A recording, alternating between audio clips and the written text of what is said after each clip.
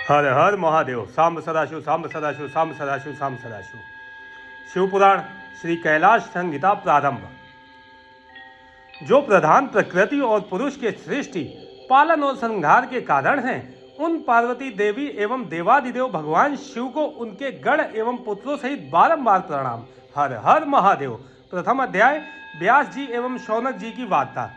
ऋषियों ने कहा, हे महामुने, आपने हम पर कृपा करके हमें उमा संगीता सुनाई। अब आप हम पर कृपा कर हमें शिव तत्व को बढ़ाने वाली परम दिव्य एवं कल्याणकारी कैलाश संगीता सुनाइए। तब ऋषियों की प्रार्थना सुनकर व्यास जी बोले, ऋषिगण, एक बार हिमालय पर निवास करने वाले ऋषि मुनियों ने काशीपुरी के दर्शन का विचार किया और विश्वेश्वर का दर्शन करने हेतु वहां पहुंच गए। उन्होंने काशी पहुंचकर मणिकर्णिका में गंगा जी में स्नान किया। तत्पश्चात शत रुद्रीय मंत्र से भगवान शिव की स्तुति की। उसी समय सूत जी भी पंचकोसी देखने की इच्छा से वहां पहुंचे। सूत जी को वहां देखकर ऋषि मुनियों ने उन्हें प्रणाम किया और बोले, हे महाभाग सूत जी, आप परम शिव भक्त और ज्ञान के सागर हैं। आपके हृदय में पुराणों की कथा स्थित है। आप परम गुरु हैं। हम सब आपके मुख से निकली हुई अमृतमयी कथा को सुनना चाहते हैं। हम पर कृपा करके हमें देवादिदेव भगवान शिव का परम ज्ञान सुनाइए। ऋषियों की इस प्रकार की गई प्रार्थना को सुनकर सूत जी बोले, हे मुनीश्वरों, स्वारोचिष मनु ने नैमिषारण्य में तपस्वी ऋषियों के साथ सिद्धि प्रदान करने वाला यज्ञ किया। यह यज्ञ 1 सहस्र वर्षों तक चलता रहा। तत्पश्चात उन्होंने भगवान शिव का स्मरण करके शिव भक्ति में भस्म और रुद्राक्ष धारण किए। तभी वहां मुनि वेद व्यास आ गए। मुनियों ने उन्हें आसन पर बैठाया। तब वे पूछने लगे कि बताइए, इस यज्ञ को करने में आपका क्या प्रयोजन है। व्यास जी का प्रश्न सुनकर नैमिषारण्य के तेजस्वी पराशर पुत्र बोले, हे कृपा सागर, इस अद्भुत महायज्ञ का अनुष्ठान करने का कारण ओंकार के अर्थ को जानना है। हम परब्रह्म परमेश्वर शिव जी के स्वरूप को जानना और समझना चाहते हैं। हम सब आपकी शरण में आए हैं। हम अल्प बुद्धियों के संदेह को दूर करें और हमें शिव ज्ञान प्रदान कर हमारी जीवन रूपी नाव को पार करा दे। हमारी एकमात्र इच्छा शिव तत्व जानने की है। मुनिगणों सहित पराशर पुत्र की इस प्रकार की गई प्रार्थना सुनकर महामुनि व्यास जी प्रसन्न होकर उन्हें ओंकार रूप भगवान शिव का पार्वती सहित मन में स्मरण करते हुए बोलने लगे, हर हर महादेव। सांब सदाशिव, सांब सदाशिव, सांब सदाशिव, सांब सदाशिव। दूसरा अध्याय। पार्वती जी का शिव जी से प्रणव प्रश्न करना। व्यास जी बोले, हे मुनीश्वर, भगवान शिव का वास्तविक ज्ञान ही प्रणव अर्थ को प्रकाशित करने वाला है। शिव जी का यह ज्ञान उसी को प्राप्त होता है जिस पर शिव जी की विशेष कृपा होती है। प्राचीन समय में दाक्षायणी सती ने अपने पति भगवान शिव की निंदा सुनकर अपना शरीर त्याग दिया था। उन्होंने हिमालय के घर जन्म लिया। देवर्षि नारद की प्रेरणा से शिव जी की तपस्या कर उन्हें प्रसन्न कर पति रूप में प्राप्त किया। एक दिन भगवान शिव देवी पार्वती के साथ कैलाश पर्वत पर बैठे हुए थे। देवी पार्वती ने शिव जी से कहा, हे देव, आप मुझे मंत्र दीक्षा देकर विशुद्ध तत्व प्रदान करें। श्री पार्वती जी के वचन सुनकर शिव जी बोले, देवी, मैं आपकी इच्छा अवश्य पूरी करूंगा। यह कहकर उन्होंने पार्वती जी को प्रणव मंत्र प्रदान किया, परंतु देवी इससे संतुष्ट न हुई और बोली, प्रभु, आपने मुझे ओंकार रहित उपदेश दिया है। मुझे प्रणव की प्राकट्य कथा भी सुनाइए। वेदों में इसे कैसे वर्णित किया गया है, इसकी व्यापकता एवं कला और पंचात्मकता के बारे में भी विस्तार से बताइए। इस प्रणव की उपासना कैसे और कहाँ की जाती है, इसके अनुष्ठान की विधि, स्थान और इससे मिलने वाले फल के बारे में भी मेरा ज्ञान बढ़ाने की कृपा करें। स्वामी, कृपा कर मुझे इस तत्व से अवगत कराकर मेरे श्री ज्ञान में अभिवृद्धि करें। देवी पार्वती की इस विनयपूर्ण प्रार्थना को सुनकर शिव जी उन्हें प्रणव की पूर्ण कथा सुनाने के लिए तैयार हो गए। हर हर महादेव। सांब सदाशिव, सांब सदाशिव, सांब सदाशिव, सांब सदाशिव। तीसरा अध्याय। प्रणव पद्धति। भगवान शिव बोले, हे प्राण प्रिया, हे देवी, आपकी इच्छा पूरा करना मेरा धर्म है। आपकी प्रसन्नता के लिए मैं आपको प्रणव कथा सुनाता हूँ। प्रणव को जानने वाला शिव तत्व का भी ज्ञाता हो जाता है। प्रणव मंत्र सब मंत्रों का बीज मंत्र है। यही प्रणव सर्वज्ञ और सबका करता है। ओम नामक इस एक अक्षरीय मंत्र से शिव सदा ही विद्यमान रहते हैं। इस संसार की सभी वस्तुएं गुणमयी होते हुए भी स्थावर और जड़ात्मक दिखाई पड़ती हैं। यही प्रणव का अर्थ है। यह ओम मंत्र ही सब अर्थों का साधक है। इसी अकार प्रणव से शिव अर्थात मैं सर्वप्रथम इस जगत का निर्माण करता हूँ। वही शिव ही प्राण रूप और प्रणव शिव रूप है। मैं ही ब्रह्म ऋषि और एकाक्षर रूप हूँ। इस संसार में प्रणव ही सबका करता है। मुमुक्षु ही इस निर्विकार परमेश्वर प्रणव को जान और समझ सकते हैं। प्रणव मंत्र ही सभी मंत्रों में सर्वश्रेष्ठ है और शिवमणि माना जाता है। यही ओंकार मैं काशी में प्राण त्याग देने वालों को प्रदान करता हूँ। इसे जानने वाले को परम सिद्धि प्राप्त होती है। इस पवित्र प्रणव रूपी ओंकार मंत्र को प्राप्त करने के लिए सर्वप्रथम कला का उद्धार करें। जो पहले आकार को प्राप्त कर चुके हों उन्हें निवृत्त कला की प्राप्ति का विधान करना चाहिए। तत्पश्चात उकार में ईंधन, मकार में कला, काल कला, नाद में दंड और बिंदु में ईश्वर कला का उद्धार करने का उपाय करें। ऐसे ही पंचवर्णीय प्रणव का उद्धार होता है। इन 3 मात्राओं और बिंदु नाद का जाप करने से प्राणियों को मुक्ति और मोक्ष की प्राप्ति होती है।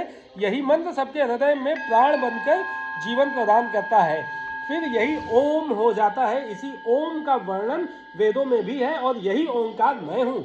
इसी के आकार के रजोगुण में ब्रह्मा, उकार में प्रकृति, सत्यगुण से जगत के पालन करता श्रीहरि और मकार से पुरुष तथा सतोगुण से पापियों का संहार करने वाले शिव उत्पन्न होते हैं। तत्पश्चात साक्षात महेश्वर जो बिंदु रूप है और नाद रूप है का प्राकट्य होता है। यही सब पर कृपा करने वाले हैं। इसीलिए जब भी शांत चित्त से ध्यान लगाएं उस समय नाद रूपी शिव का ही स्मरण करें। वे ही साक्षात मंगल रूप है। यह शिव ही सर्वज्ञ, सत्य के कर्ता, सर्वेश, निर्मल, अविनाशी, अद्वैत और परब्रह्म है। वही व्यापक है और हर जगह स्थित है। इसलिए हमेशा सद्य, वामदेव, घोर, पुरुष, ईशान नामक ब्रह्म स्वरूप का ही स्मरण करें। यह मेरी मूर्ति है। यही प्रणव मंत्र की उत्पत्ति और पद्धति है। हर हर महादेव। सांब सदाशिव, सांब सदाशिव, सांब सदाशिव, सांब सदाशिव। 4वां अध्याय, संन्यास का आचार व्यवहार। शिवजी बोले, हे देवी पार्वती, अब मैं तुम्हें संन्यास और आहड़िक क्रम के विषय में बताता हूँ। सर्वप्रथम सुबह ब्रह्म मुहूर्त में उठें और अपने आराध्य गुरु के चरणों का स्मरण कर उनके मनोहर रूप को नमस्कार करें। हाथ जोड़कर उनसे विनती करते हुए कहें कि भगवान, सुबह से लेकर रात तक मैं जो कुछ भी कार्य करता हूँ उसमें आपकी ही प्रेरणा शामिल है। वही मुझे हर मुश्किल कार्य को करने की शक्ति और सामर्थ्य प्रदान करने वाली है। किसी भी कार्य को करने का आप ही मुझे बल प्रदान करते हैं। हम आपकी पूजा करते हैं, कृपा कर हमारी पूजा स्वीकार करें। यह कहकर गुरु से आज्ञा लेकर आसन पर बैठें। आसन पर बैठकर प्राणायाम करें। आसन में ध्यान लगाएं और 6 चक्रों का स्मरण करते हुए उन चक्रों के बीच में मुझ सच्चिदानंद निर्गुण ब्रह्म और अनामय रुद्र शिव का चिंतन करें। तत्पश्चात ध्यान एवं पूजन से निवृत्त होने के बाद ही अपने अन्य कार्य करने आरंभ करें। सर्वप्रथम उठकर देवाधिदेव सर्वेश्वर का ध्यान करना भक्ति मुक्ति प्रदान करने वाला है। इसलिए ध्यान के बाद ही अन्य कार्य करने चाहिए। फिर अपने नित्य प्रतिदिन के कार्यों को करें। स्नान करने के पश्चात पुनः गुरु द्वारा बताई विधि के अनुसार पंचाक्षरी मंत्र का जाप करें। ओंकार का मन में ध्यान करते हुए 3 बार अर्घ्य दें। तत्पश्चात ओम नमः शिवाय का मंत्र 108 बार जाप करते हुए 12 बार तर्पण करें। फिर आचमन करके 3 बार प्राणायाम करें। पूजा के लिए पूजा स्थान पर जाते समय मौन अवस्था में हाथ पैर धोकर ही जाएं। प्रवेश करते समय दाहिने पैर को ही आगे रखें। हर हर महादेव। सांब सदाशिव, सांब सदाशिव, सांब सदाशिव, सांब सदाशिव। 5वां अध्याय, संन्यास मंडल की विधि। ईश्वर बोले, पूजा के स्थान में प्रवेश करने के पश्चात उस स्थान की धरती को लीपें। 4 वस्त्रों को लेकर चौकों के समान की कल्पना करें। तालपत्र के समान लंबे चौड़े बराबर 13 भाग करें। चौथे मंडल में पश्चिम की ओर मुंह करके बैठें। पूरब की तरफ से सूत्र लेकर दक्षिण और उत्तर के क्रम में 14 सूत्र बिछाएं। इस प्रकार 169 कोण हो जाएंगे। इन्हीं कोणों के बीच कर्णिका के मध्य दलाष्टक होता है। तत्पश्चात दल संधि को श्वेत, पीली, काली, लाल करें। कर्णिका में प्रणव अर्थ बताने वाले मंत्र लिखें। उसके ऊपर अमरेश, मध्य में महाकाल और उसके सिर के निकट दंड लिखें। उसके बाद ईश्वर का नाम लिखें। फिर श्याम अर्थात काले रंग में सिंहासन और पीले रंग में श्रीकंठ को रंग कर अमरेश को लाल और महाकाल को काला रंग करें। ईश्वर को सफेद रंग से लिखें। ऐसा लाल यंत्र संध्योजा मंत्र से दान करें। फिर नाद से ईशान को भेद कर अग्नि क्रम से बाहरी पंक्ति को ग्रहण करें। 4 कोणों को श्वेत और लाल धातु से रंग लाल धातु रंग से रंग कर 4 दरवाजे बनाए। इन दरवाजों के चारों ओर पीले रंग हो। दक्षिण दिशा में कोष्ठ में 8 दल का कमल रखें। इस प्रकार विधि विधान से सभी दिशाओं के मंडल को अंकित करके सूर्य देव की पूजा करें। हर हर महादेव। सांब सदाशिव सांब सदाशिव सांब सदाशिव सांब सदाशिव। छठा अध्याय न्यास वर्णन। भगवान शिव बोले, ऋषिगण, कमल की रचना कर शक्ति कमल की रचना करें और चतुर्थी विभक्ति सहित अंत में नमः लगाकर शक्ति कमलाय नमः का उच्चारण करते हुए वस्तुओं को धारण करके गुरु को नमस्कार करें। बाहर की ओर त्रिकोण व्रत क्रम से शंख की पूजा करें और शुद्ध सुगंधित जल से 7 बार गंध पुष्प से ओम की पूजा अर्चना कर धेनु मुद्रा दिखाएं। फिर शंख मुद्राएं दिखाएं। यह कहकर अपनी आत्मा को शुद्ध करें। प्राणायाम करके ऋषि का स्मरण करें। अंग न्यास करने के बाद अस्त्र मंत्र से अग्निकोण के कमल का प्रेक्षण करें। दक्षिण में स्थापित कमल का पूजन सफेद वस्तुओं से ही करें। तत्पश्चात इसकी चारों तरफ से पूजा करें। इसके बाद सौर योग पीठ को पूजे। सिंहासन पर मूल मंत्र से मूलाधार में आसन पर बैठकर पिंगला नाड़ी के प्रवाह से शक्ति उठाएं। जिस स्थान पर परमेश्वर शिव देवी पार्वती सहित शोभित हैं, उन्होंने रुद्राक्ष की माला, पाश, खट्वांग, कपाल, अंकुश, कमल और शंख को धारण किया हुआ है। 4 मुख और 12 नेत्र उनकी शोभा बढ़ा रहे हैं। तत्पश्चात सूर्य देवता का आवाहन करें और मुद्रा दिखाएं। फिर बीज मंत्रों से अंग न्यास करें। अग्नि, ईश्वर, राक्षस और वासु की 4 मूर्तियां बनाकर उनका पूजन करें। पूरब से लेकर उत्तर में मूल कमल दल से आदित्य, भास्कर, भानु और रवि के नाम से क्रमशः सूर्य, ब्रह्मा, विष्णु, महेश और ईशान का पूजन करें। फिर शिव भक्ति में रत हो उनका स्मरण कर भस्म धारण करें। तत्पश्चात गुरु की नम्रता पूर्वक पंचोपचार से पूजा कर उन्हें नमस्कार करें। पूजन की विधि के अनुसार आगे बढ़ाते हुए ईशान का न्यास कर पंचकला क्रम से सद्योजात की कल्पना करें। इस प्रकार प्रणव न्यास करके देवादिदेव महादेव परमात्मा शिव को बांधकर हंस न्यास करें। हर हर महादेव। सांब सदाशिव सांब सदाशिव सांब सदाशिव सांब सदाशिव। 7वां अध्याय शिव ध्यान एवं पूजन। शिव जी बोले, मुनीश्वरों, अपनी बाई और चौकोर मंडल बनाकर ओम का पूजन अर्चन करें। ओम को अस्त्र मंत्र से शोभित करें। इसी प्रकार प्रणव का भी पूजन करें। फिर उसे चंदन, धूप, सुगंधित जल से पूर्ण करें। उसके आगे शंख मुद्रा, अर्धचंद्र, चतुर्कोण, त्रिकोण मुद्रा एवं षटकोण मुद्रा आदि स्थापित करें। फिर ओंकार को गंध एवं पुष्प आदि से पूजें और उसमें पवित्र गंगा जल भरें। गुरु द्वारा बताई गई विधि के अनुसार गुरु मूर्ति की स्थापना करें। गुरुभ्यो नमः मंत्र का जाप करते हुए गुरु की प्रदक्षिणा लें। गुरु द्वारा दी गई दीक्षा का बैठकर ध्यान करें। तत्पश्चात स्थापित मूर्ति में देवता का आवाहन करें। एकाग्रचित्त होकर मन में उसका ध्यान करें। गणेश जी का षोडशोपचार से पूजन कर उस पर फल और फूल मालाएं चढ़ाएं। नमस्कार कर स्कंद को पूजें और गगनेय मंडल में सूर्य चंद्रमा का ध्यान करें। कमल के आसनों पर सुंदर सफेद पुष्प रखें और ओंकार सहित चतुर्थी विभक्ति के अंत में नमः लगाकर मंत्र बोलते हुए सविधि ईशान आदि 5 ब्रह्म की पूजा अर्चना करें। इसके बाद देवी गौरी की पूजा करें। इस प्रकार सविधि पूजन और ध्यान करके जो भी मनुष्य एवं देवता मेरी और देवी पार्वती की उपासना करते हैं और शंख के जल से स्नान कर ओंकार से मोक्षण करते हैं, उन्हें परम सिद्धि प्राप्त होती है। उनकी सभी मनोकामनाएं पूर्ण होती हैं और अभीष्ट फल की प्राप्ति होती है। मोक्ष भी उनके लिए दुर्लभ नहीं है। हर हर महादेव। सांब सदाशिव सांब सदाशिव सांब सदाशिव सांब सदाशिव। 8वां अध्याय वर्ण पूजा।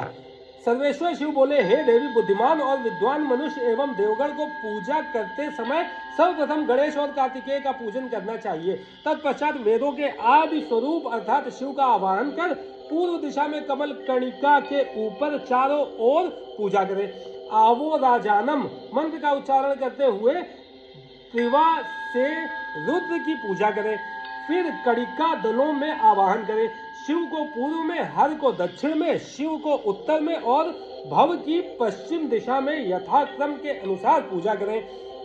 ओम राम, ओम पाम, ओम या, ओम ला, अर्पण, पूर्णव अम, ओम वाम, ओम साम, और वेद के इन 10 मंत्रों से लोकपालों का पूजन करें।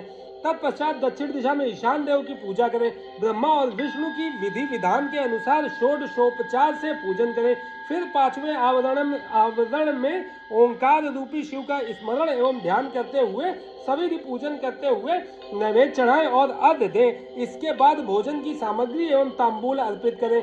तब नीराजनाद क्रम से पूजा को विसर्जित कर देवी और देवता का शुद्ध हृदय से ध्यान करते हुए 108 मंत्रों का जाप करें। इसके पश्चात पुष्पांजलि अर्पित करते हुए यो देवान गीति उपनिषद की 6 ऋचाओं का, जो कि नारायणीय कही गई हैं, जाप करें। फिर प्रदक्षिणा कर साष्टांग प्रणाम करें। आसन पर बैठकर शिव नाम को 8 बार जपें। यह सब क्रिया पूर्ण करने के पश्चात त्रिलोकीनाथ कल्याणकारी भगवान शिव से प्रार्थना करें, हे भगवान, हे शिव शंभो, मैंने अपनी पूरी क्षमता एवं श्रद्धा से आपकी पूजा और आराधना की है। यह कहते हुए शंख के जल और पुष्पों को चढ़ाएं। फिर अर्घ्य देकर 8 बार नाम जपें, हर हर महादेव, सांब सदाशिव, सांब सदाशिव, सांब सदाशिव, सांब सदाशिव। नवाध्याय शिव के अनेक नाम और ओंकार। शिव जी बोले, हे देवी, शिव, महेश्वर, रुद्र, पितामह, संसार, वैद्य, सर्वज्ञ और परमात्मा, ये देवादिदेव महादेव के मुख्य 8 नाम हैं। इन्हीं 8 नामों का प्रतिदिन जाप करना चाहिए। शिव, शंकर और महादेव ये सभी नाम शिव स्वरूप ही हैं। उपाधि युक्त होने के कारण शिव के अनेक नाम हैं। वे परिशुद्धात्मा हैं। शिव के विशाल और अनगिनत गुणों के कारण ही उन्हें ईश्वर की संज्ञा दी गई है। 23 तत्वों से परे प्रकृति और प्रकृति से परे 25वां पुरुष है। इसी को वाच्य वाचक के भाव से वेद में ओंकार कहते हैं। वेद में जानने योग्य आत्म स्वरूप वेदांत में प्रतिष्ठित ही परमेश्वर है। पुरुष और प्रकृति इन्हीं के अधीन है। वहीं अविनाशिनी माया के स्वामी हैं और त्रिगुण तत्व के रक्षक हैं। वे शिव ही मोक्ष प्रदान करने वाले और सबके दुखों को दूर करने वाले हैं। इसी कारण उनका नाम रुद्र पड़ा। इस प्रकार शिव जी के मुखारविंद से वेद से भरे अमृतमय स्त्रोत को सुनकर देवी पार्वती का मन बहुत हर्षित हुआ और उन्होंने शिव जी को हाथ जोड़कर बार बार प्रणाम किया। यह प्रणव बहुत गुप्त है और समस्त दुखों का नाश करने वाला है। व्यास जी ने भक्ति भाव से पूरी कथा कही, जिसे सुनकर सभी ऋषि गणों ने उनकी पूजा और बहुत आदर सत्कार किया। तब प्रसन्न हुए ऋषियों ने अनेक अनुष्ठान किए। फिर व्यास जी कैलाश पर्वत को चले गए। ऋषिगण अपने आराध्य भगवान शिव का ध्यान करने लगे। यह कथा देवी पार्वती ने स्कंद को, स्कंद ने नंदी को, नंदी ने सनत कुमार जी को और उन्होंने महर्षि वेद व्यास जी को सुनाई। यह कहकर पुराण वेत्ता गुरु सूत जी पुनः तीर्थ यात्रा पर चल पड़े। हर हर महादेव, सांब सदाशिव, सांब सदाशिव, सांब सदाशिव, सांब सदाशिव। 10वां अध्याय सूतोपदेश वर्णन। व्यास जी बोले, ऋषिगण, सूत जी के वहां से चले जाने के पश्चात सभी मुनिगण आपस में बोले कि हमने वामदेव के बारे में तो कुछ भी नहीं पूछा। तब चिंतित मुनि बोले कि अब तो पता नहीं कब उनके दर्शन संभव हो सकेंगे। यही सब सोचते हुए मुनिगण अपनी योग आराधना में लग गए। संवत्सर के पश्चात सूत जी पुनः काशी आए। उन्हें वहां देखकर सभी मुनिगण बहुत प्रसन्न हुए। वे सब सूत जी की आराधना करने लगे। तब प्रसन्न होकर सूत जी बोले, ऋषिगण, आपको प्रणव का उपदेश देकर जब मैं तीर्थ यात्रा पर निकला तो मैंने दक्षिण सागर के तट पर देवी शिवा का पूजन किया। इसके पश्चात कालहस्त शैल पर सुवर्ण मुखरा में स्नान किया। फिर मैंने देवादिदेव महादेव जी का स्मरण कर उनका पूजन किया। शिव जी के 5 सिर वाले अद्भुत रूप के दर्शन करने से सारे पाप नष्ट हो जाते हैं। शिव जी का पूजन करने के बाद मैंने दक्षिण भाग में स्थित देवी पार्वती का पूजन किया। उसके बाद मैंने 1 सहस्र अर्थात 108 बार पंचाक्षरी विद्या का जाप किया। फिर उसकी प्रदक्षिणा कर नमस्कार किया। इस प्रकार मैं कालहस्ती नामक क्षेत्र की प्रदक्षिणा प्रतिदिन करते हुए वहीं निवास करने लगा। मैं वहां पर 4 महीने रहा। तब मुझ पर महाज्ञानमयी प्रसून कालिका की कृपा दृष्टि हुई और उनका प्रसाद मुझे प्राप्त हुआ। तत्पश्चात देवादिदेव शिव शिवा को प्रणाम कर उनकी 12 बार प्रदक्षिणा करके मैं यहाँ आया हूँ। हे ऋषिगण, आप मुझे बताइए कि मैं अब आपके लिए क्या करूँ। हर हर महादेव, सांब सदाशिव, सांब सदाशिव, सांब सदाशिव, सांब सदाशिव। 11वां अध्याय वामदेव द्वारा ब्रह्म निरूपण। ऋषि बोले, महाभाग सूत जी, हम सभी वामदेव के बारे में जानना चाहते हैं। कृपा कर हमें उनके बारे में बताइए। तब ऋषिगणों की जिज्ञासा शांत करने हेतु सूत जी बोले, हे मुनि श्रेष्ठों, पहले मनवंतर में वामदेव नामक एक महामुनि हुए। वामदेव को गर्भ से उत्पन्न होने से पूर्व ही शिव ज्ञान प्राप्त था। वे सबके जन्म कर्म को जानने वाले थे। वामदेव मुनि सदा अपने शरीर पर भस्म लगाकर और सिर पर जटा धारण किए रहते थे। वे शांत और अहंकार रहित थे और सदा योग ध्यान और ब्रह्म में लीन रहते थे। एक बार वामदेव ने दक्षिण शिखर पर जाकर शिवजी के पुत्र स्कंद से भेंट की। उस समय स्कंद का रूप सूर्य के समान तेजोदीप्त होकर प्रकाशित हो रहा था। उनकी 4 भुजाएं थी और वे मोर पर बैठे हुए थे। उन्हें देखकर मुनि वामदेव ने हाथ जोड़कर उन्हें प्रणाम किया और उनकी बहुत स्तुति की। इससे प्रसन्न होकर शिवजी के पुत्र स्कंद बोले, हे महामुनि, मैं आपकी इस स्तुति से बहुत संतुष्ट हूँ। आप जैसे मुनि सदा दूसरों के हित के लिए ही कार्य करते हैं। आपकी जो इच्छा हो कहिए, मैं उसे अवश्य ही पूरा करूंगा। तब वामदेव जी स्कंद देव से बोले, भगवान, आप सब कुछ जानने वाले और सबके कर्ता हैं। आपके दर्शनों से ही मेरी सभी कामनाएं पूरी हो गई हैं। मैं भला आपके गुणों का वर्णन कैसे कर सकता हूँ। आप तो साक्षात परमेश्वर वाचक देव पशुपति वाच्य हैं। वे सभी के पाप मोचक हैं। प्रणव मंत्र द्वारा त्रिलोकीनाथ भगवान शिव का ध्यान करने से सारे पाप नष्ट हो जाते हैं। ओंकार सर्व स्वरूप है और ओम सबकी श्रुति और ब्रह्म स्वरूप है। प्रभु, मेरे दृष्टिकोण से इस संसार में शिवजी के समान दूसरा कोई नहीं है। वे ही समाविष्ट और व्यष्टि स्वरूप है। हर हर महादेव। सांब सदाशिव, सांब सदाशिव, सांब सदाशिव, सांब सदाशिव। 12वां अध्याय। साक्षात शिव स्वरूप ही प्रणव है। स्कंद जी बोले, हे वामदेव जी, आप धन्य हैं। आप परम शिव भक्त और शिव तत्व का ज्ञान जानने वालों में श्रेष्ठ हैं। इस संसार में जीव माया से मोहित होकर परमेश्वर के स्वरूप को नहीं समझ पाते। प्रणव महेश्वर का ही रूप है जिसे साधारण जीव नहीं समझ पाते। देवादिदेव भगवान शिव ही सगुण, निर्गुण और ब्रह्म नामक त्रिगुणों के स्वामी हैं। साक्षात शिव स्वरूप ही प्रणव का अर्थ है। वे ही इस संसार की उत्पत्ति का कारण है। शिव जी ने ही ब्रह्मा, रुद्र, इंद्र, आकाश, पाताल, जीव सभी का निर्माण किया है। सूर्य और चंद्रमा शिवजी के प्रकाश से ही प्रकाशित होते हैं। इस संसार में दिखाई देने वाला सारा ऐश्वर्य शिवजी का ही है। वे सर्वेश्वर ही निर्गुण, सगुण, निष्फल है। वे ही स्थूल और सूक्ष्म रूप होकर संसार के कार्यों को आगे बढ़ाते हैं। वे ही शिव देवादिदेव, संतान, निष्फल और ज्ञान क्रिया के परमात्मा है। देव पंचक और पंचक कला भी उनकी बनाई हुई है। परमात्मा शिव का मन शीतल और स्फटिक मणि के समान निर्मल है। भगवान शिव के 5 मुख, 10 भुजा और 15 नेत्र है। जो ईश्मन देव मुकुट धारण किए औघर, हृदयी, वामदेव, गु और प्रदेशवान है, वे परमेश्वर शिव ही सद्यपाद, तन्मूर्ति, साक्षात, संपूर्ण, निष्फल और मूर्ति नामक 6 प्रकार का स्वरूप धारण करने वाले हैं। वे ही उपन्यास मार्ग में चलने वाले समष्टि और व्यष्टि भाव वाले हैं। इस संसार में विख्यात 3 वर्णों को वेदाचारी कहा गया है। शूद्रों को वेद पढ़ने और जानने का अधिकार नहीं है। अन्य वर्णों को श्रुति, स्मृति और धर्म का ही अनुष्ठान करना चाहिए। इससे ही इंद्र सिद्धि प्राप्त होती है। भगवान शिव की ही आज्ञा के अनुसार वेद मार्ग का अनुसरण करना चाहिए। श्रुति स्मृति में वर्णित धर्म और आचारों के अनुसार ही आचरण एवं पूजा करें। हर हर महादेव। सांब सदाशिव, सांब सदाशिव, सांब सदाशिव, सांब सदाशिव। 13वां अध्याय।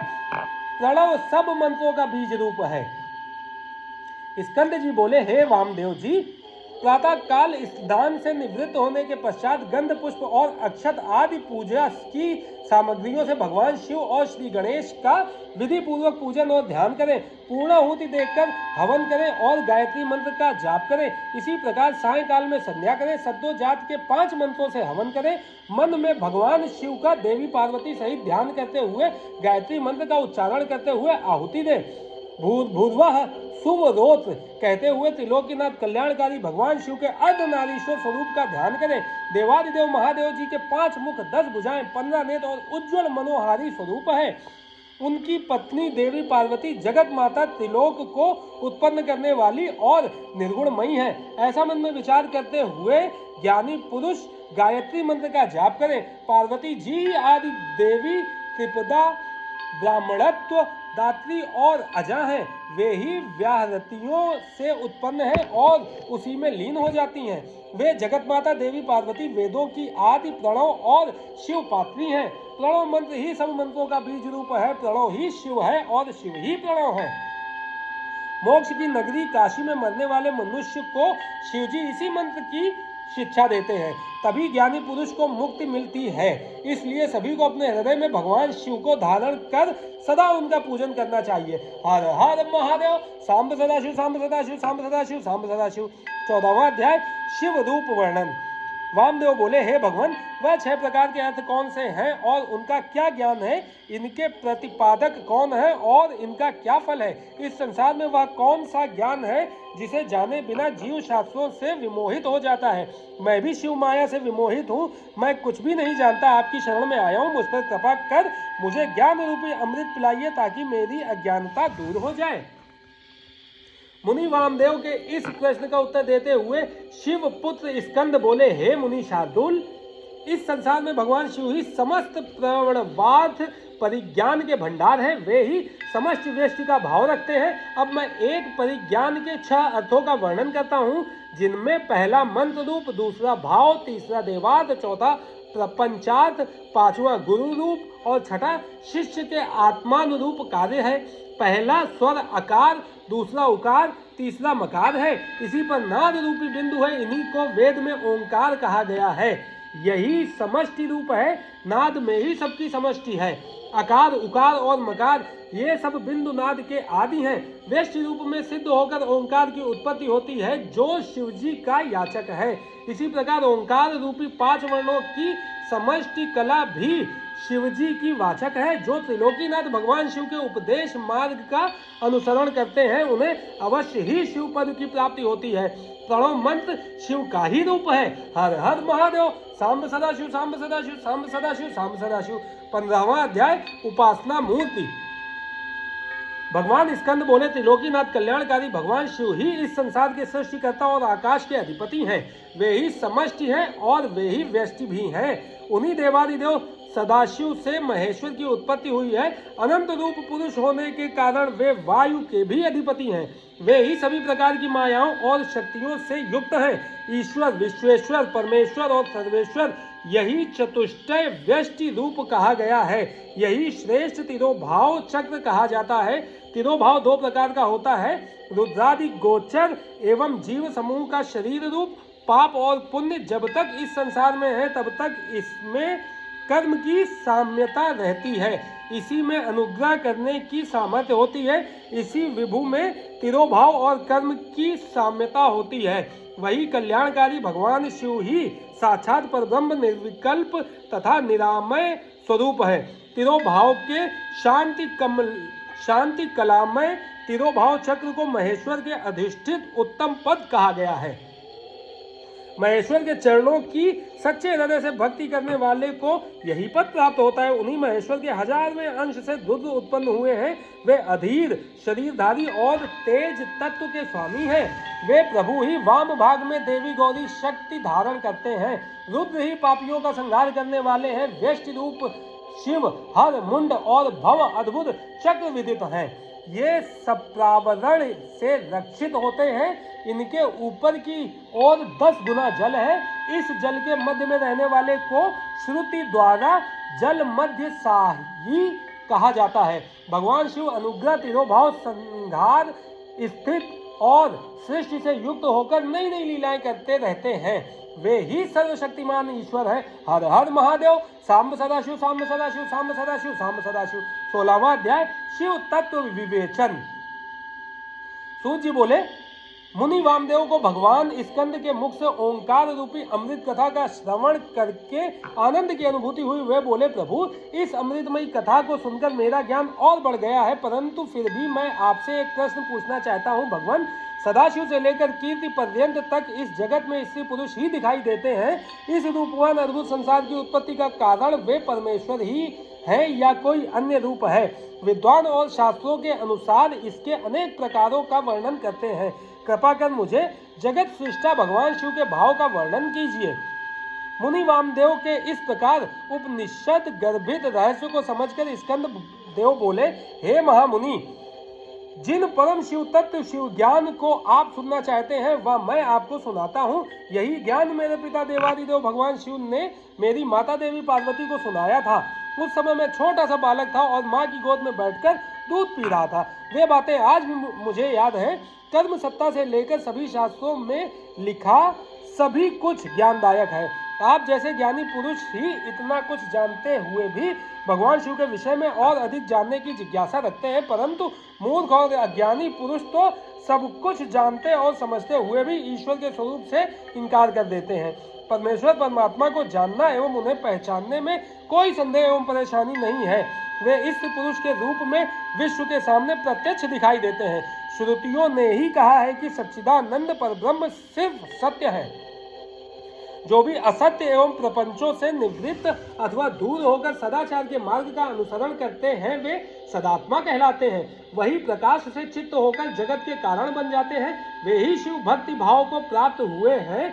उन्हीं को भगवान शिव और शक्ति संयोग से परम आनंद की प्राप्ति होती है। हर हर महादेव। सांब सदाशिव, सांब सदाशिव, सांब सदाशिव, सांब सदाशिव। 17वां अध्याय। शिव ही प्रकृति के कारण रूप है। वामदेव जी बोले, भगवान, पूर्व में आपने ही प्रकृति के नीचे नियति और ऊपर पुरुष बताया था, फिर आज आप यह क्या कह रहे हैं? प्रभु, मेरा संशय दूर कीजिए। तब मुनि वामदेव जी के वचन सुनकर स्कंद जी बोले, हे मुने, अद्वैत सेवावाद में मैं द्वैत सेवावाद का कोई समावेश नहीं होता। यह नश्वर और अविनाशी है। भगवान शिव ही सच्चिदानंद स्वरूप वाले परब्रह्म है। इन्हीं त्रिलोकीनाथ कल्याणकारी शिव को ही सर्वज्ञ, सबका कर्ता और त्रिवेदों का उत्पादक कहा जाता है। वे सर्वेश्वर शिव ही अपनी माया और इच्छा के अनुरूप संकुचित रूप धारण कर पांचों कला में निपुण पुरुष हो गए हैं। वे ही भोक्ता हैं जो कि प्रकृति के सभी गुणों को भोगने वाले हैं। वे ही समष्टि और चित्त प्रकृति तत्व के स्वामी हैं। प्रकृति के गुण सत्व से उत्पन्न हुए हैं। गुणों से बुद्धि और बुद्धि से ही अहंकार की उत्पत्ति होती है। तब उससे तेज और उससे मन, बुद्धि और इंद्रियों की उत्पत्ति हुई है। मन के रूप को संकल्प विकल्पात्मक कहा गया है।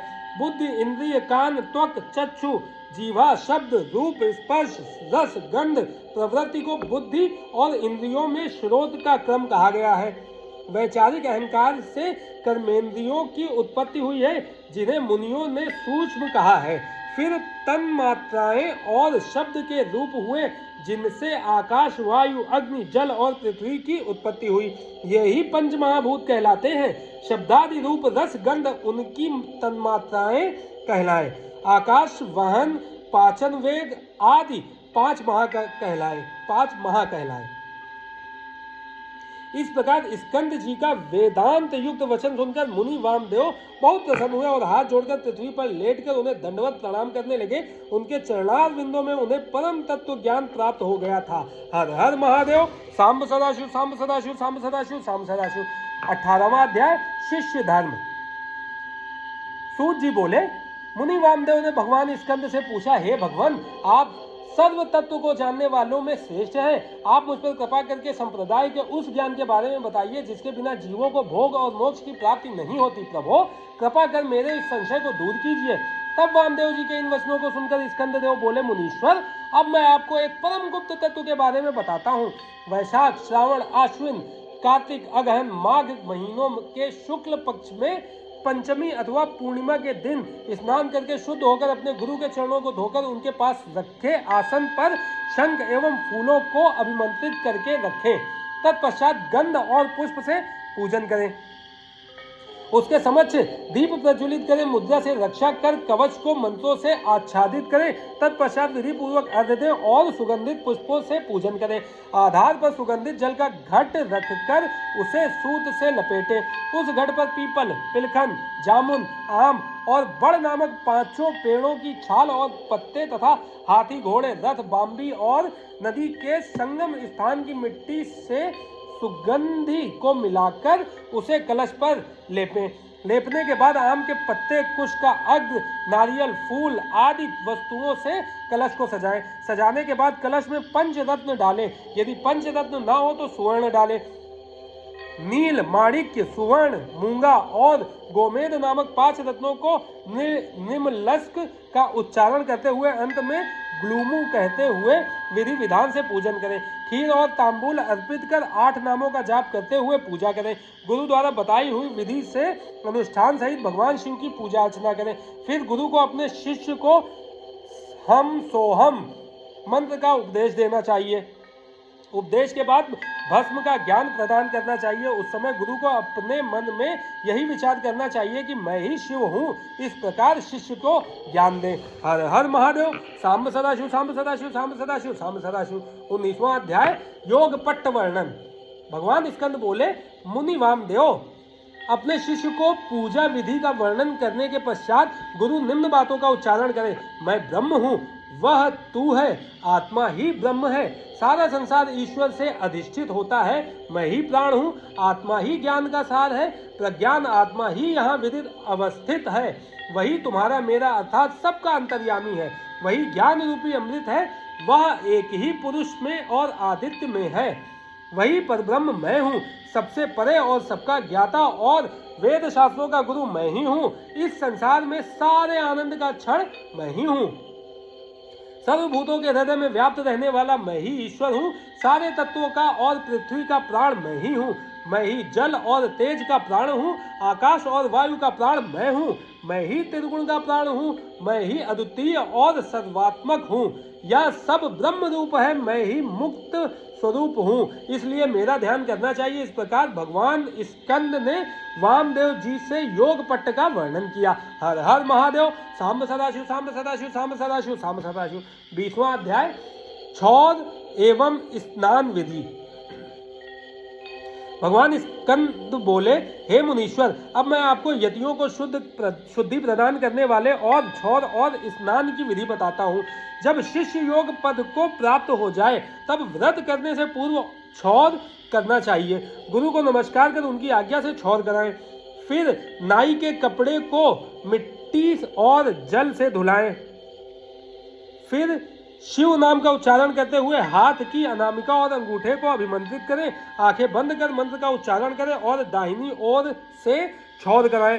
आगे से पीछे की ओर सिर मुंडवाएं और फिर मूछें भी साफ कराएं और नाखून काट लें। तत्पश्चात नदी में 12 डुबकी लगाकर स्नान करें। बेल, पीपल या तुलसी के नीचे की मिट्टी लेकर उसका प्रोक्षण कर अभिमंत्रित करें। उस मिट्टी के 3 भाग करें। एक भाग से 12 बार हाथ मलकर साफ करें। दूसरे भाग की मिट्टी को सिर से मुंह तक लेप करके 12 बार जल में डुबकी लगाएं। फिर 16 बार कुल्ला कर 2 बार आचमन करें। बची हुई मिट्टी को पूरे शरीर में लेप करें। मन में ओंकार का भक्ति पूर्वक जाप करते हुए 16 बार प्राणायाम करें। फिर ज्ञान देने वाले गुरु का ध्यान करते हुए 3 बार साष्टांग प्रणाम करें। तत्पश्चात तीर्थ स्थान के जल में डुबकी लगाते हुए त्रिलोकीनाथ कल्याणकारी भगवान शिव का स्मरण करें। वे देवादिदेव महादेव ही संसार को तारने वाले हैं, वे ही सबका कल्याण करते हैं। इस प्रकार मैंने आपको स्नान की पूर्ण विधि बताई। हर हर महादेव। सांब सदाशिव सांब सदाशिव सांब सदाशिव सांब सदाशिव। 21वां अध्याय योगियों को उत्तरायण प्राप्ति। मुनि वामदेव बोले, हे भगवान स्कंद जी, मैंने सुना है कि योगियों का दाह कर्म नहीं किया जाता, उन्हें तो शुद्ध भूमि में स्थापित कर दिया जाता है, क्या यह सच है? तब मुनिवर के प्रश्न का उत्तर देते हुए असुर निकंदन स्कंद जी बोले, हे मुनिवर, यह प्रश्न एक बार महान शिव योगी भृगु ने स्वयं सर्वज्ञ त्रिलोकीनाथ भगवान शिव से किया था। उस समय जो शिव जी ने बताया था वही मैं तुम्हें बताता हूँ। यह परम ज्ञान सब साधारण मनुष्यों के लिए नहीं है। इस ज्ञान को शांत चित्त वाले परम शिव भक्त शिष्य को ही बताना चाहिए, क्योंकि महाधैर्यवान योगी जन ही समाधि अवस्था को प्राप्त कर सकते हैं और वे ही शिव रूप से परिपूर्ण होते हैं। परंतु जो योगी मुनि अपने चित्त अर्थात मन को स्थित करने में असमर्थ होते हैं और जल्द ही अधीर हो उठते हैं, जिन्हें समाधि की अवस्था का ज्ञान प्राप्त नहीं है, ऐसे योगियों को गुरु मुख से शिवजी का ज्ञान जानकर ध्यान करना चाहिए। प्रतिदिन प्रणव मंत्र का जाप करें और भगवान शिव का स्मरण करें, तभी योगी जनों को उत्तरायण की प्राप्ति होती है। हर हर महादेव। सांब सदाशिव सांब सदाशिव सांब सदाशिव सांब सदाशिव। 22वां अध्याय एकादशी पद्धति। भगवान स्कंद बोले, मुनिवर, अब मैं आपको एकादशी विधि बताता हूँ। एक वेदी को लीपकर 5 मंडल बनाएं और उसमें 5 देवताओं की पूजा करें। भगवान शिव सर्वेश्वर हैं, उनकी कृपा से ही सब कार्य सिद्ध होते हैं, इसलिए हमें उनकी कृपा को नहीं भूलना चाहिए। भगवान शिव का स्वरूप मानकर शिवात्मा देवताओं का ध्यान करके उनके चरणों में शंख के जल को समर्पित करें। ओम भूर्भुवः स्वः मंत्र का जाप कर धूप दीप से प्रदक्षिणा कर नमस्कार करें। फिर हाथ जोड़कर प्रार्थना करें कि भगवान आप प्रसन्न होकर यति को शिव चरणों में रक्षित करें। प्रार्थना के पश्चात प्रसाद को कन्याओं में बांट दें। इसके पश्चात यति का पावन श्राद्ध करें, क्योंकि यति का एकादश श्राद्ध नहीं होता। 4 ब्राह्मणों को आमंत्रित करें, उनके चरण धोकर शिवजी का विधि विधान से के अनुसार पूजन कर उनके समक्ष ही ब्राह्मणों को भोजन कराएं। गोबर से लीपे स्थान पर रखे कुछ के आसन पर बैठकर कहें कि मैं पिंडों को दान करता हूँ। ऐसा संकल्प करके 3 मंडलों का अपने परमात्मा, अंतरात्मा और आत्मा के लिए पूजा करें। मन में यह विचार करते हुए कि हमने आत्मा को पिंड दान दिया है, हमने आत्मा को पिंड दिया है, पिंड दान करें। कुश से जल छिड़क कर प्रदक्षिणा और नमस्कार करें। तत्पश्चात ब्राह्मणों को दक्षिणा दें। ऐसा करने के बाद रक्षा के लिए श्री हरि विष्णु की महापूजा करें और नारायण को बलि दें। अंत में वेदों और शास्त्रों को जानने वाले 12 ब्राह्मणों का गंध, अक्षत और पुष्पों से पूजन करें और प्रार्थना करें। कुश आसन पर पायस बलि दें। मनु वामदेव, यह मैंने आपको एकादश की विधि बताई है। हर हर महादेव। सांब सदाशिव, सांब सदाशिव, सांब सदाशिव, सांब सदाशिव। 23वां अध्याय, शिष्य वर्ग का वर्णन। स्कंद देव बोले, मुनि वामदेव 12वें दिन प्रातः उठकर स्नान आदि नित्य कर्मों से निवृत्त होकर भगवान शिव की पूजा अर्चना करें। मध्याह्न में ब्राह्मणों को निमंत्रण देकर उन्हें भोजन कराएं। मन में गुरु पूजन का संकल्प करें। गुरु के चरण धोकर उन्हें आसन पर बैठाकर कुशाओं और धूप दीप से आराधना करें। गुरु को नमस्कार कर मंत्र का जाप करते हुए अक्षत अर्पित करें। ब्राह्मणों को भोजन कराकर उन्हें आसन पर बैठाएं। फिर तांबूल देकर दक्षिणा में छतरी, पादुका, पंखा, चौकी और वेणुदंड देकर उनकी प्रदक्षिणा कर नमस्कार करें। उनके चरण छूकर आशीर्वाद पाकर उन्हें विदा करें। अन्य अतिथियों एवं दीन अनाथों को भोजन कराएं। इसी प्रकार प्रतिवर्ष गुरु की पूजा करें। गुरु की उत्तम आराधना से निश्चय ही शिवलोक की प्राप्ति होती है। मुनिवर, वैशंपायन, पैल, जैमिनी और सुमंतु नामक 4 महामुनि तेजस्वी व्यास के शिष्य हैं। वामदेव अगस्त्य, पुलस्त्य और कृतु योगीवर सनत कुमार जी के शिष्य हैं। ये सभी मुनि अद्भुत और भगवान शिव के परम भक्त हैं। इन्होंने ही 5 महाभूतों से आवृत वेदांत सिद्धांत का परम निश्चय किया है। यह मोहनाशक, ज्ञानदायक और संतोषदायक है। यह जगत का कल्याण करने वाला और लक्ष्मी प्रदान करने वाला है। त्रिलोकीनाथ कल्याणकारी भगवान शिव का ध्यान और स्मरण सदा करने से योगी जन शिव स्वरूप हो जाते हैं। ब्रह्मा, विष्णु और शिव का भजन और ध्यान करने से मनुष्यों को मोक्ष प्राप्त होता है तथा उनकी सभी मनोकामनाएं पूर्ण होती हैं। कल्याणकारी देवादिदेव महादेव जी की आराधना सभी दुखों का नाश कर सुख प्रदान करने वाली तथा भोग मोक्ष देने वाली है। इस प्रकार वामदेव जी को उपदेश देकर और उनसे पूजित होकर स्कंद देव अपने माता पिता का स्मरण करते हुए कैलाश पर्वत को चले गए। तब मुनिवर वामदेव भी भगवान स्कंद का अनुसरण करते हुए कैलाश पर गए। वहां पहुंचकर वामदेव मुनि ने भगवान शिव पार्वती के चरणों में अपना शीश नवाया। फिर उनके समक्ष पृथ्वी पर लेटकर अपने आराध्य सर्वेश्वर शिव और देवी पार्वती की स्तुति की तथा उनको शीश नवाया।